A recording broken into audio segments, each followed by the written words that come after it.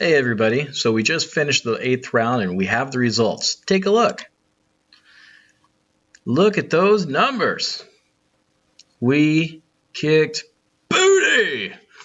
So here we have ourselves $213 million. Let's see. Earnings before income taxes, 88 million. The next closest is 50 million. Profits, we got what they got in earnings before income taxes. We got that as our profit. So we almost doubled their profit. We more than doubled Baldwin, and it looks like, unfortunately, we stole it from Digby, who had to have an emergency loan of $10 million. So that sucks to be them. Yeah, really, they weren't paying attention throughout the whole rounds, it seemed. They were just trying to stay consistent, and unfortunately, that was it led to their demise. They didn't really change much throughout their gaming. And because of that, we went ahead and took some of that from them. I'm going to explain some of the things that happened here. So return on assets, we really kicked butt there. Overall, actually, we kicked butt everywhere. Let me go ahead and point out some things. We took over almost a third of the market share of all the companies involved. Our contribution margin is 56%. Next closest was Chester at 52%, which means we were gaining more than 50% of our product price in profits. And here's a good example right here of what's going on. So here's our variable costs in the manila. Then you got our purples, our depreciation. We had a pretty good plant, so we had some depreciation there. What is it called? Administrative costs and whatnot is that right there, a little bit. We have other. That'd probably be the marketing. And then we have our profit. And as you look across the board, ours is the largest share. Chester did okay, but Digby actually went down below that level. So that's not good for them. Chester ended up with almost a quarter of the market share. So let's see how that worked out. Okay. Our share price, holy macaroni. We jumped up $80 this last round. So from $111 to $191 per share. Now this is how we did it. We ended up buying back more of our shares. So in the end, we started with 2 million shares at the very beginning. In the end, we ended up buying 320,000 shares worth, and that gave us a really good share price. And by buying back our shares, it actually shot it up. If you look at ours compared to everybody else, looks like Chester didn't even reach our last round's price. So that was in part because of our dividend. We gave a 3.7% yield. Erie tried to, as a computer game, tried to do something, but you can see they just settled in the bottom. Digby just settled down at the bottom as well, with their price being $1. There was no change. They made no money this last round. Last time they were at $1, so it was the worst team by far. And there's no shame in me saying that. They just didn't pay attention. So if they even watch this, shame on them for not doing their job. Chester, good job. They get hit over $100, Baldwin 54. So some things that they could have done differently, and we'll take a look at those as well. But overall, I'm very happy with our results. It would have been higher had we not taken an emergency loan there and there. So let's take a look here. Looks like we ended up with a triple B rating, which is great. We did a couple things to make that happen. One of them was taking out a current loan, a short-term loan at a lower percent interest rate and paying off the higher percent interest rate for the long-term loans. And I think that's what brought up our interest rating, so that's good. All right, Baldwin was able to keep a AA and Chester an A rating, so good for them. If we were to borrow again next round, we would be borrowing the short term, getting the 7% interest rate there, as close to it as possible. Here's our net income, $50 million. Digby has a negative $4 million. Depreciation because of our equipment. We put a lot of it into our equipment. Plant improvements. We didn't do a whole lot of improvements. We mainly did some just to show that we were doing something for our shareholders. You can see Chester didn't do any. They were looking to eke out as much profit as they could in the end because it was the last round. We just did a little bit just to make people happy. Here are the dividends. We paid quite a bit, $11 million in dividends. We purchased back almost $10 million in stock. Chester also purchased almost $10 million in stock to get their price up, their stock price. Looks like long-term debt. Baldwin took some long-term debt, and we retired some of our long-term debt. We retired our current debt because we had borrowed some the time before. We took out some short-term lending. It looks like we took out the most, and that's okay. It was low interest rate, and that's why we did it. And we ended up having $23 million in change in a cash position from that alone. All right, let's take a look. The cash on hand, accounts receivable. So we're still allowing people to have long-term, wait long-term to get their products before they have to pay for them. We'd put in $171 million into our plant and equipment, and Chester put in $128 million. Now, for those that may have skipped over to see this last one, this shows as if it's 171,000, but this is in thousands. So that's important to remember. That's why I say 171 million. All this depreciation is because we have a lot of the plant. We actually sold off some of our plant capacity early, about 2 rounds ago, to give us some extra dollars and to streamline our business. So $182 million in assets. Fantastic. Ooh, sorry, folks.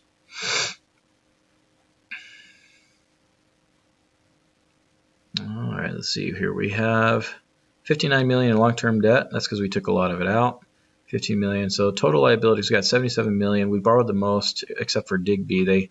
They took out the most because of their emergency loans really smacked them upside the face. Common stack, only $1 million. Good on us.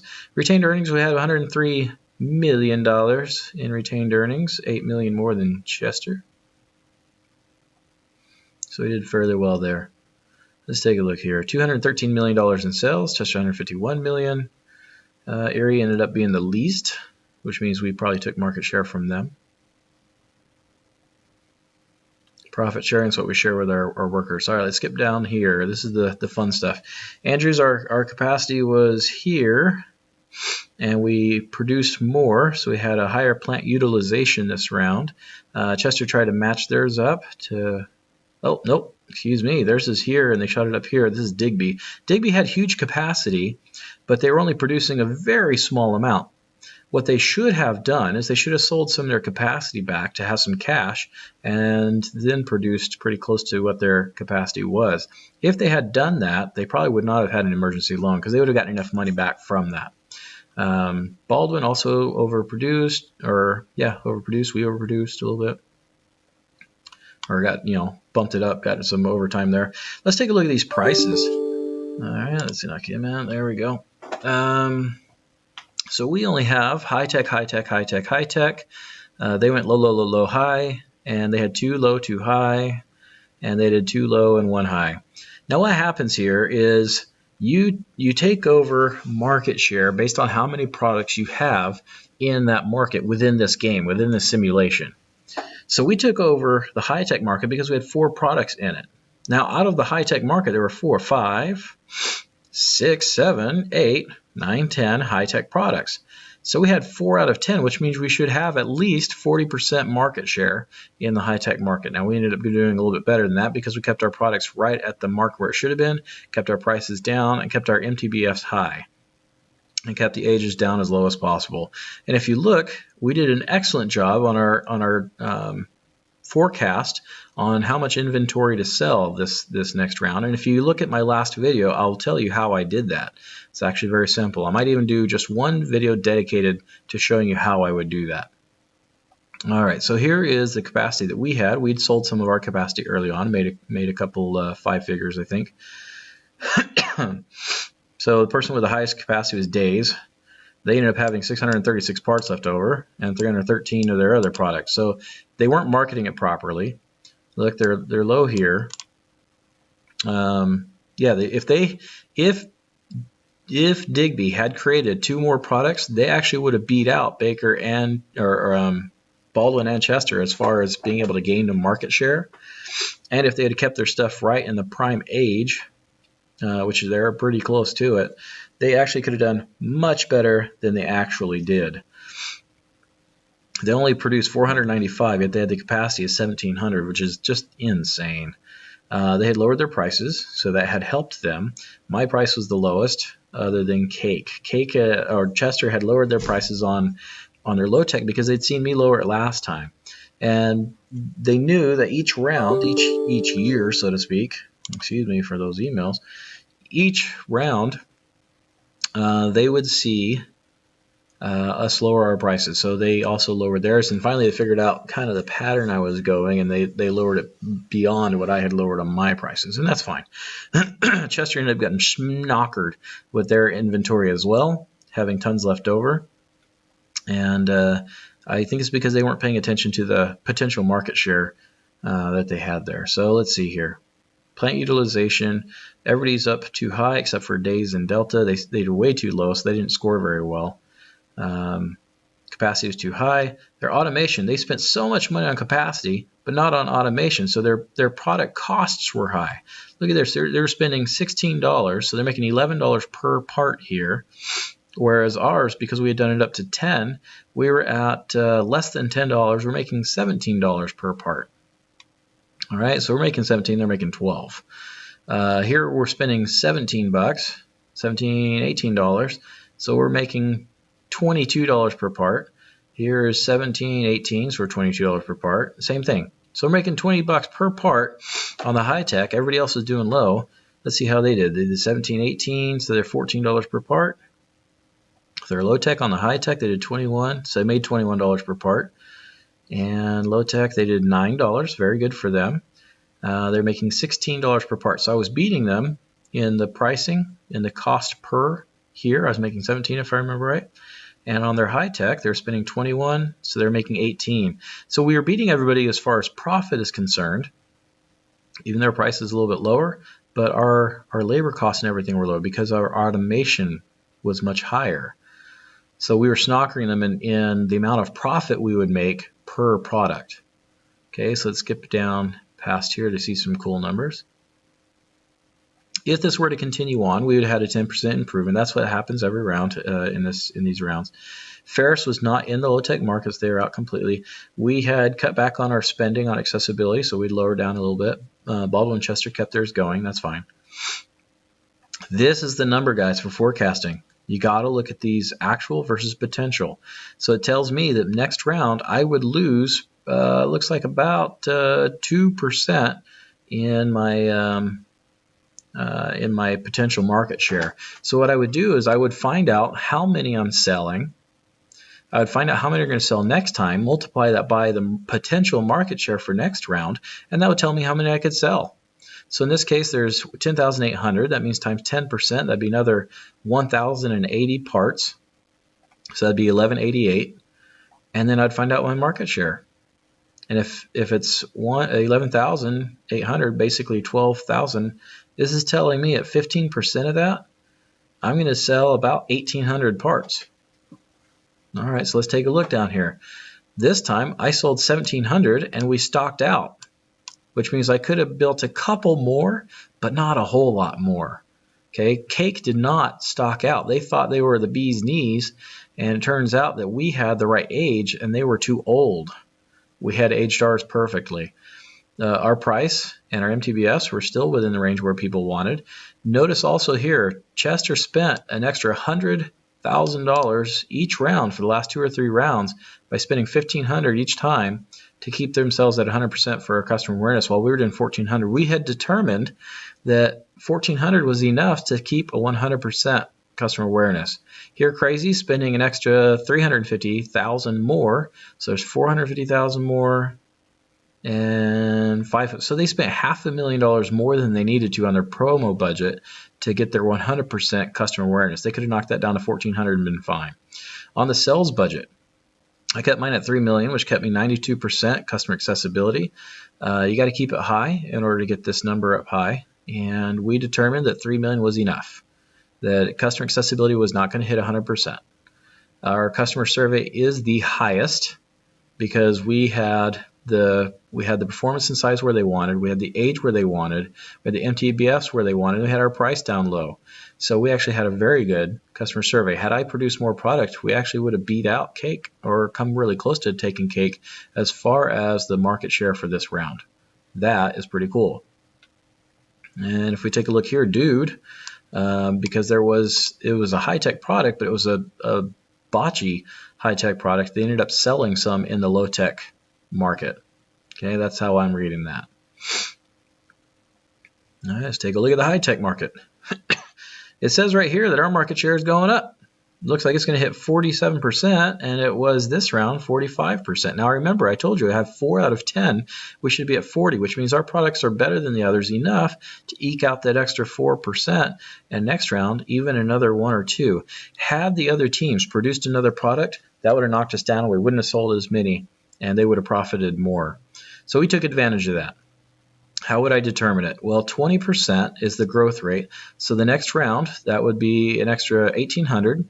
So that would put it at 10, 11,000. So finally, in the ninth year, basically low-tech and high-tech would be about the same as far as the demand. So if 11,000 is the demand, and I'm going to sell 47% of that, well, just 50% of that's 5,500 parts. Well, I've got 4 products. That means 1,200 per. So look at here. We got Abe Lincoln, Amoeba, Annoy, and Ach. Now I didn't produce as many as last time in Ach because it wasn't doing as well as the others. But we didn't really do a whole lot in pushing their numbers. We kind of kept them about the same, and just did a change just to keep the age down. But the price, we put the price all the same. See, Crunch even lowered theirs down. Their size was bigger. Their performance wasn't as fast. They were able to get a 50% customer survey. All of ours were just right there in that same range. And same thing here, $1,400 for the customer awareness. They were spending $100,000 more than they needed to. So that puts them at $600,000 now, more than they needed to. And let's see, our sales budget. We're at 100% accessibility. And we have $1,400 across all 4 of these. And they're spending $2.2 million and only getting 99%. So there's something to say there that we were saving quite a bit of money. Them having 2 products. Fortunately for them, they were able to stay up, but we really schnockered them when it comes to the high-tech market. So if we take a look down here, this is the area that I go to determine what my market share is going to be next time. Now, I can see real quick that my market share is going down in the low-tech market. I'm going to go from 15.9% to 14.3%. If I was going to play this another 4 or 5 rounds, I would try to produce another product if it would let me, to try to take over in the low-tech market. Matter of fact, I'd take one of my oldest products, probably Amoeba, and bump it down to the low-tech market and create another high-tech market with the age to bring it really young. But you can see here, Amoeba is gaining market share, Annoy is losing market share, Abe Lincoln is gaining market share, and Ach is gaining market share from 11.3 to 11.7 and so on. You can see the numbers. I'm gaining 3% market share. So that is how I would determine. I would go and see I would find out how many products are going to be used in the high-tech market next round, and then I would run this number. If it's 11,000, I would say, okay, 11,000 for Amoeba times 11.7%. That's going to tell me that I need to produce about 1,200 product. For Annoy at 10.4%, I know it's about 1,100 product, and so on, with Abe Lincoln being 13%. That is the one I would produce the most parts in. Okay, that's how you determine it. And let's see down here, the perceptual map. Everybody's old. They let it pass by. That's fine because they knew this was the last round. Otherwise, somebody would have moved it. And you can see in here, barely, you can see all the A's is all green. That's us. So we let some people get past us in there. Here's our stuff, so we're all together. And here we go. Look at this TQM. So we all put in 1. That maintains the numbers that we had. We didn't do it 1 round, and so it bumped us down below them. So they were able to have at least that advantage against us. And even with that advantage, we still kicked their butts. So Digby didn't pay attention at all. Our instructor was actually telling them to do things a little differently. You can see they did not do anything differently. I almost think that they kept the same numbers in each round and just let it fly on its own. Honestly, I think that's what happened. They were lazy and just let it fly on its own. So our turnover rate, we got it down to 6.0%. It was the lowest I could get it to be. As far as the new and the separated employees, that's because of the automation being high. Baldwin kept their recruiting spending low, which does not help them. It actually would have helped them tremendously early on if they had put that up to $5 million, and they wouldn't have had to spend so much money. down here. It's really just a small portion. So it's not $2 million they're spending. That's $2,000 spending per employee. This is the one exception to the numbers there. Here's the recruiting cost. So it cost me $70,000. $70,000. That's it. You know, these $84,000 cost them $185,000. Why? Because they had so many new employees, because they're turning over more employees, because they're not automating their plant. They have a whole lot more employees. That and they got their second shift going so much they have to hire people to work the extra hours, kind of thing going on there. So really, it really just hurt them. We had the fewest employees. Why? Because we were automated more than everybody else. And one of the most expensive things you can have in a company is labor cost. So it's important that you automate to keep those costs down. All right, nothing happened in the ethics area. So that's the end of it. We did exceptionally well. We ended up very high. I believe the 99th percentile again. Let me go check to see if I can find that for you. All right, here it is. So we ended up, it says for round 8 percentiles, just for round 8 alone, we got a top 98 percentile, and overall on the game, 99 percentile. That means there is one team that did better than us ever. That's pretty amazing. I must say that is pretty amazing. So I put in a lot of effort into this for you guys. I have recorded hours of video for you to learn about CapSim and how to play it properly. I really hope that you learn something from this, that you gain something from this. I've had a couple of people ask questions on my YouTube videos, so I'm going to create another video or two to show how to do certain things or to explain certain things. If you have any questions, please feel free to ask down below, and I will try to answer them as best as I can. I'll only have access to CapSim, I believe, for another month. And when I lose access, I won't be able to create videos as easily, even though I do have a lot of information, a lot of pictures that I've taken along the way, screenshots and whatnot. So perhaps, even if it's next year or whatever, this video is old for you, I might still be able to answer your questions based on what I remember from playing the game. But as of right now, we're a top 99% team throughout the whole game. Now, so take that for what it's worth. You're able to see every single decision I've made. You see how I made the decision, how I determined to make those decisions.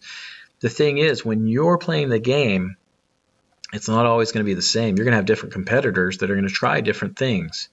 So I would encourage you to make sure you get all the products out, that you pay attention to that potential market share for the next round so you can forecast properly. And as long as you do the potential market share plus a couple extra units, then you may stock out every time or you may come close, but you shouldn't hit those emergency loans. You should be able to have enough. Now, what I might have done differently is in the first round, I might have issued some stock. I might have done that. Just so I'd have more money to raise my automation the next time, because the more money you have, the more money you can put into automating your plant and creating, giving yourself that boost early on in the game. So I probably would have financed quite a bit and automated more. So here come next week, when I start to work on the final, I'm going to record my results. And I am going to post it for you guys. I'm just not going to post it until the final's over, for fairness, so that there's no possible way of somebody else cheating or taking advantage of the stuff that I've learned. However, those of you that will see it in the future, it'll be something you can learn from. And whether it's considered cheating or not for you, that's up to you and your school. But I'm going to post what I do. And I believe that CapSim actually changes the game every semester. I may be wrong in that, but they have the same general guidelines. Now, I'm going to have 4 products in my final, whereas the games that we've been playing all semester long have been 2 products. And I have seen it where other people have been playing with 4 products. So it could be that CapSim kind of changes it back and forth, where your normal play is 4 products and then your final is 2. And where mine this semester is 2 normal products and the final is 4. They could go back and forth, but I know they will use the general idea. So I hope that you learned a lot. Good luck in the future. And if you have any questions, like I said, please ask below. Thanks, guys. Thanks for watching.